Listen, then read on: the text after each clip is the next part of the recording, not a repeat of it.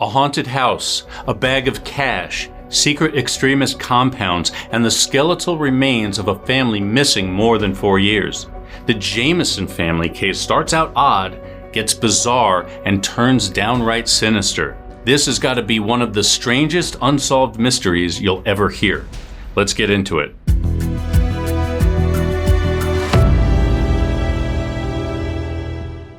Hi, I'm Chris. Welcome to True Crime Recaps. I have an unforgettable whodunit to tell you about today, and I'm looking forward to hearing your theories. And here's what you need to know.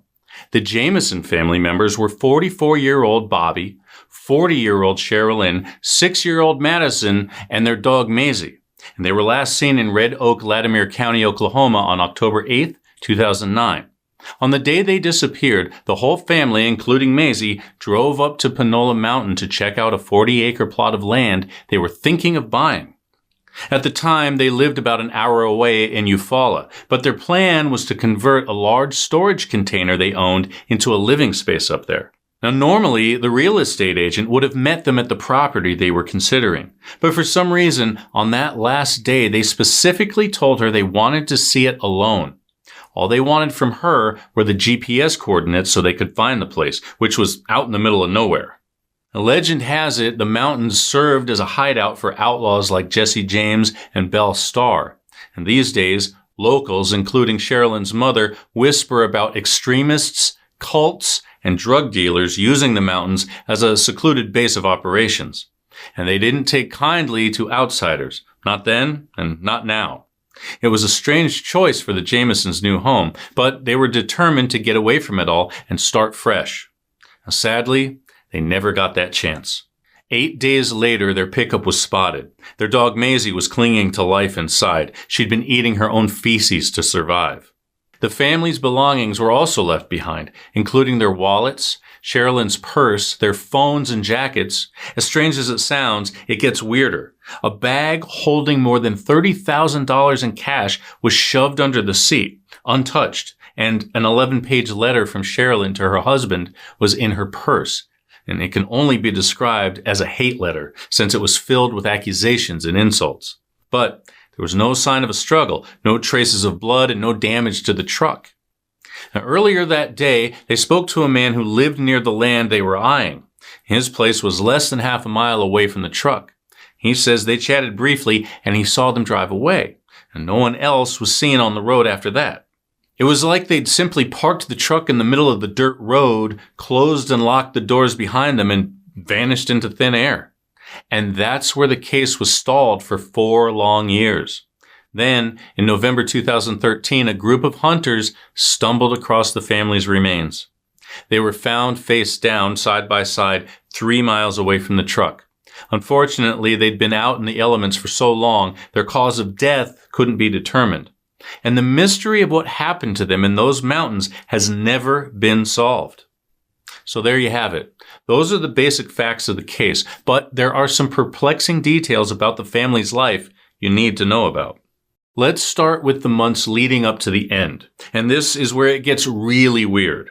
After they disappeared, their pastor said they'd recently been seeing dark spirits in and around their house. Their daughter, Madison, saw one of those spirits as a little girl named Emily, and she'd been talking to her. And Bobby asked their pastor if he knew of special holy bullets they could use to shoot the spirits and destroy them. He also talked about exorcising the house using instructions from a satanic Bible they had. Now, the paranormal was something Sherilyn was interested in. A good friend of hers said she held seances in the house, and she spray-painted their storage container with vague, ominous messages. One read, "Witches don't like their black cat killed." She thought one of their neighbors might have poisoned their cats, and that's never been proven, and no one else reported seeing anything spooky.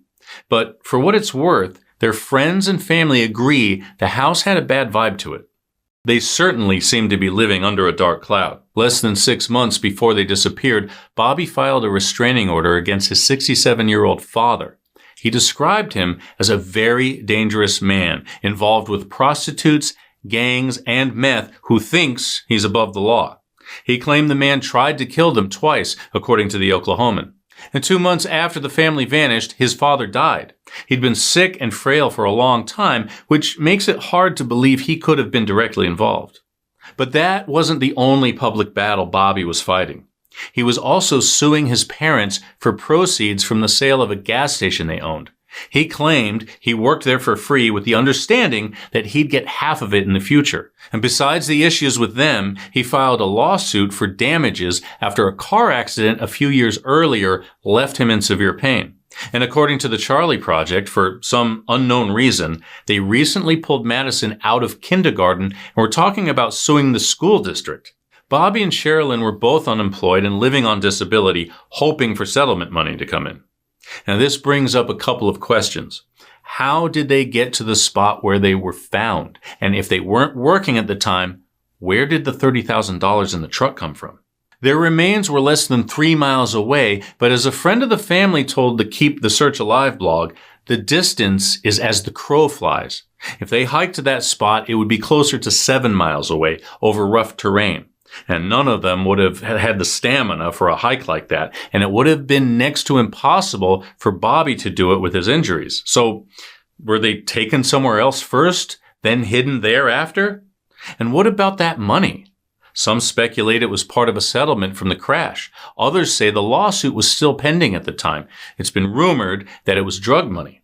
But there's nothing to show the couple was using or dealing drugs at all. And if the money was key to what happened to them, why was it left behind?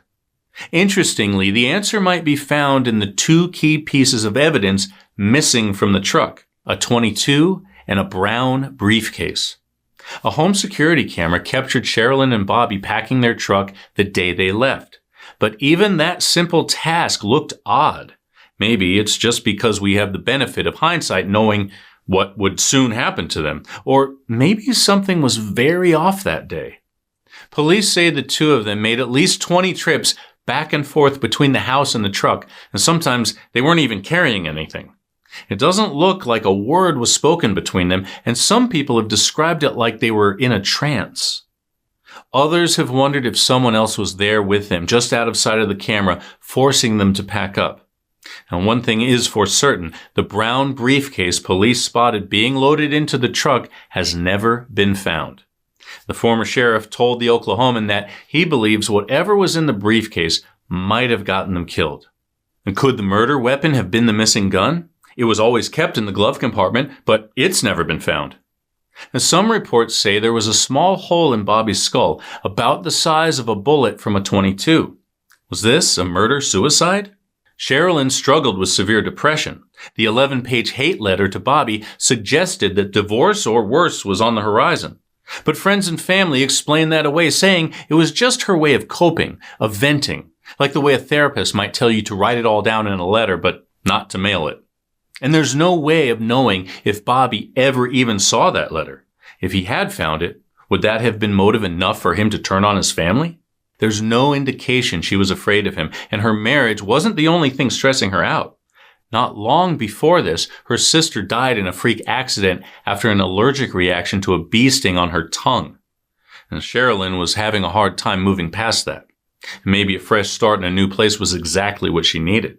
Except her son from a previous relationship didn't even know the family was planning a move, and he'd last spoken to her 2 weeks before they drove up to the mountain. So, the question remains, would she have taken out her family to escape the reality she was struggling with? The people closest to her say no, not least because she wouldn't have left the family dog in the car. There's no question the dog meant everything to them, and if the small hole in Bobby's skull was actually from a .22, he was the only one found with that type of damage. The remains of Sherilyn and Madison offer no hints about what could have killed them. So if the threat didn't come from inside the family, who else might have had a motive? The only person interviewed by the police was a man who'd been renting a room in their house. Not long before she vanished, Sherilyn forced him out at gunpoint after she found out he had ties to a dangerous extremist group.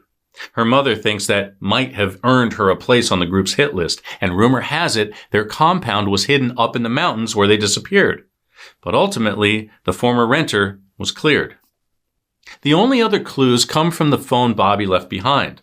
The last picture saved shows Madison with her arms crossed, looking away from the camera. It was allegedly taken the day before they went missing. But who snapped that photo and why? And her grandma says Madison loved taking pictures. She always had a big grin on her face. Now, that's not the case here. Is this proof that something was wrong? Or is it just a candid photo of a kid ramping up to a tantrum? Is she talking to someone? Maybe Emily, the spirit child, and her parents were hoping to get a glimpse of her through the camera's lens? We may never know if that picture is significant, but his phone had another secret to share. According to Strange Outdoors, phone records showed the voicemail was accessed on the 12th, 4 days after they were last seen. If that's accurate, then who checked it and why? One thing's for sure. Each clue can be interpreted in 100 different ways. What's your theory? Thanks for spending some time with us today. If you like getting all the crime in half the time, Amy and I are here every week with new recaps. Until next time, take care.